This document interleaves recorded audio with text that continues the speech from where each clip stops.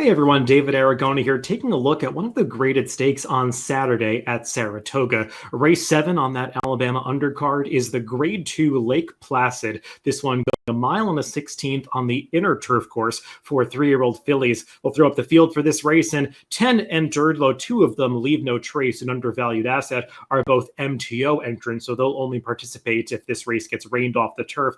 8 of them are entered for turf, and Chad Brown has a pretty strong presence in this race, as he does have 4 of those 8 runners that are entered for turf.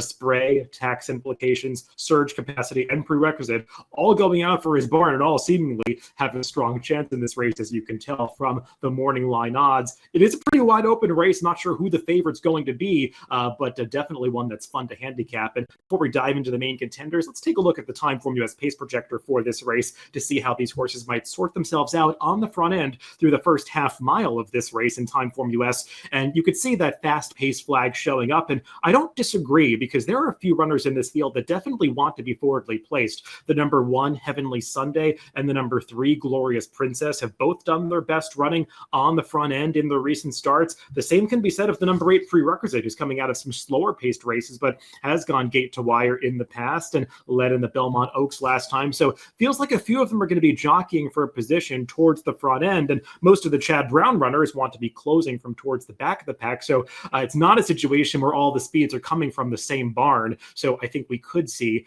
that honest pace develop towards the front end. And if that is the case, do note that the number 4 tax implications gets that LP flag on the pace projector, indicating that she has the highest TimeformUS late pace rating of anybody in this field.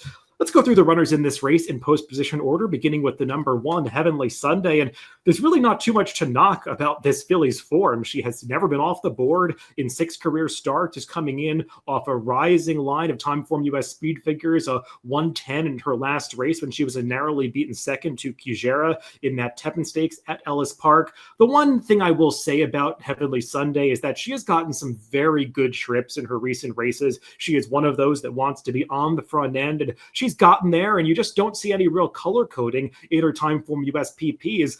No hint of red or really blue going back to her first race, not since then. Just some really even pace figure lines, and that's generally going to be helpful to a front runner. So she's gotten some pretty good trips in her recent races, was able to wire a field in the Edgewood 2 back, and then just didn't have much of an excuse when beaten by, albeit a good horse, in Kijera last time. But just given that pace projector, I feel like she could be facing a taller order to her, having to fend off some other runners that want to be gunning for the front end. The number 2 is a spray, and let's take a look at her last race when she was competing in the Belmont Oaks. And note that both she and Prerequisite are both coming out of this race from the Chad Brown stable, and they're both highlighted here. Prerequisite is the one that's on the lead, and she was setting some moderate fractions the entire way around. A spray is a horse who finished 4th in this race. She's never able to get to her stablemate Prerequisite, and she's actually getting passed by some rivals in the stretch, but she did not get an ideal trip in this race. She never saw the rail on a day when I think you were best off being on the inside towards the hedge, and she was just in the 2 to 3 path the entire way, had to be tipped out into the clear around the far turn, ran around the entire far turn without any cover, and that's a tough trip. It's when you're trying to stretch out from a mile to a mile and a quarter to not save any ground. So I think a spray actually ran okay to be 4th in that race, and prior to that, she had really done nothing wrong on the turf, coming with some big finishes to win a couple of races going a mile, including that Hilltop Stakes at Pimlico. Did get a fast pace to close into that day, but I like the way that she finished out closing Breathaway, who was the favorite in that spot. Just feel like cutting back to the mile and a 16th is really going to be beneficial for a spray, and we'll see what kind of price she is coming off that 4th place finish last time for Chad Brown. The number 3 is Glorias Princess, and another horse that really hasn't done too much wrong, but will be getting a class test here as she steps up against Graded Stakes Company for the first time.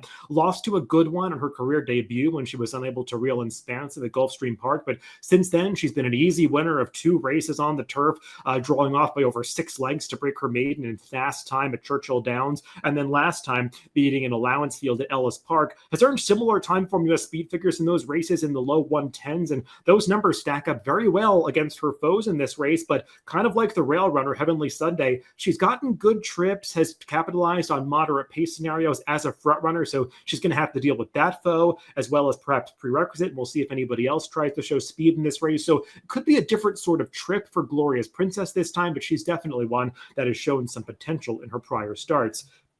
Number 4 is Tax Implications, and she is a Chad Brown trainee who has had a little bit of seconditis recently. She's finished second in each of her last 3 starts, all against Stakes Company. She's a horse who looked so full of promise, and she won her career debut at Monmouth Park last September as a 2-year-old by nearly 7 lengths. Since then, one could argue she's been a little disappointing, having not won a stakes, but she's been beaten by stablemates in all 3 of those races, and horses that are actually pretty good, like Liguria 2-back, when Tax Implications arguably moved a little bit too soon that day, making the lead in mid-stretch before Liguria made the last move to run her down. And then last time when she was beaten by Surge Capacity, who's also in here, that one saved all the ground while Tax Implications was forced to rate in the 2 to 3 path the entire way. And I actually thought Tax Implications finished very gamely to be beaten less than a length that day by her stablemate. I thought they ran similar efforts. They both got 1:13 TimeformUS speed figures, which makes Tax Implications one of the fastest horses on the way in here. And I think that Lake George that she's actually exiting was a deceptively strong race that I think will have positive form lines coming back into this Lake Placid. So Tax Implications, definitely one that fits on form. And if the pace heats up, she's going to like that based on what we saw from that TimeformUS pace projector. The number 5 is Juniper Marshmallow. Let's take a look at her last race, going all the way back to December of 2022, when she overcame a bit of a wide trip to mow this field down at Gulfstream. Not really sure what was behind her this day.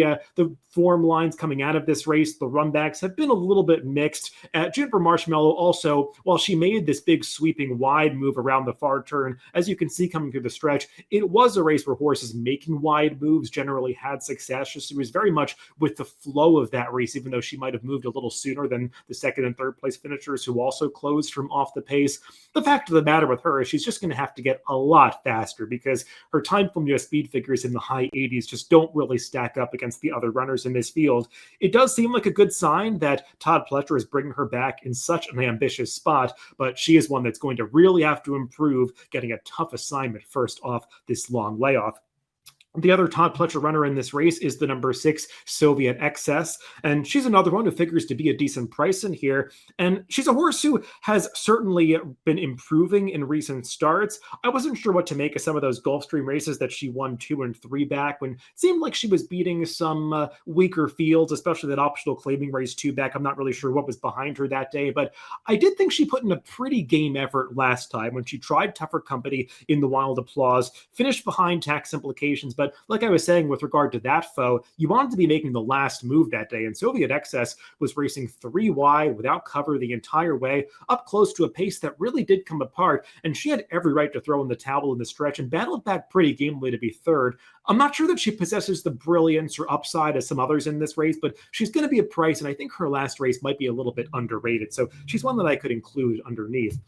The number 7 is Surge Capacity. Let's take a look at her last race in the Lake George, and she was the winner of this one over Tax Implications. That Surge Capacity coming through on the inside in the same silks. Tax Implications is in the white cap coming down the center of the course, the number 3 on this day, and she'll close for second, but you could see Surge Capacity, that tall filly with the long legs coming through along the inside, and she's going to win this race going away. Joe Rosario worked out an absolutely perfect trip for her on this afternoon. Adopted different tactics than her debut when she showed a lot of speed at Monmouth Park, allowed her to rate off the pace last time, taking her back, and she responded pretty well. But like I said, she was on the rail the entire way, saved ground, and I think that really was a beneficial trip in that Lake George. This horse has run some nice speed figures in both races, just really seems like one that's got it figured out right from the start of her career. So I kind of view her as the horse to beat in this race, but it's going to be hard to work out as beneficial a trip as she did last time from an outside post, whereas last time she had the rail actually drawing inside in both career races so far. So could be a different trip coming for Surge Capacity, but I wouldn't disagree with anybody who regards her as the horse to beat in this spot. Then the number 8 is Prerequisite, the last runner in this field and the last runner of the Chad Brown Quartet. And we already showed the replay for her. She was second in that Belmont Oaks last time out, finishing just ahead of her stablemate, Espray. And she's one that was a winner twice in a row, both going 9 furlongs on the inner turf course at Belmont this spring. I thought she was pretty impressive bringing her maiden when she was stalking a fast pace. You see all those red color-coded TimeformUS speed figures in her running lines. And then 2 back, she did ride the rail the entire way when I think think you wanted to be inside in the Wonder again, 2 back, but she was setting a fast pace that day, so I want to give her some credit for hanging on over Be Your Best in the late stages. And I don't want to be too hard on her for losing the Thelma Oaks last time. I know that did not come back as a particularly fast race, got a lower speed figure, and just have some overall doubts about the quality of that field, but she held on well for second, going 1.25 miles, which might be a little bit far for her. Now she's cutting back to 1.16 miles, which should be preferable. And she's not one of these horses that needs the lead, as we saw in that race 3 back when she broke her bait. And so maybe she can adapt to some stalking tactics from this outside post position. Well, this is a tough race to make picks in because there are a lot of runners that offer appeal and have upside. Let's throw out my picks for this race, though, and I'm going to go with one of those Chad Brown runners, the number 4, Tax Implications. Just feel like some people might jump off the bandwagon because she keeps losing these stakes races, but I think she's been running well in all of her recent starts, and she might finally get a little more pace to close into in this race if it plays out as the pace projector is predicting. I think Tax Implications will be coming with that best late run of anybody, but I do respect the number 2, Asprey, who I didn't think got the best trip last time, the Belmont Oaks, and the number 7, Surge Capacity, definitely the horse to beat, but one that could be a shorter price than she was when she won that Lake George last time. So it's the number 4, Tax Implications for me in the grade 2 Lake Placid on Saturday at Saratoga. Good luck if you're playing the races this weekend.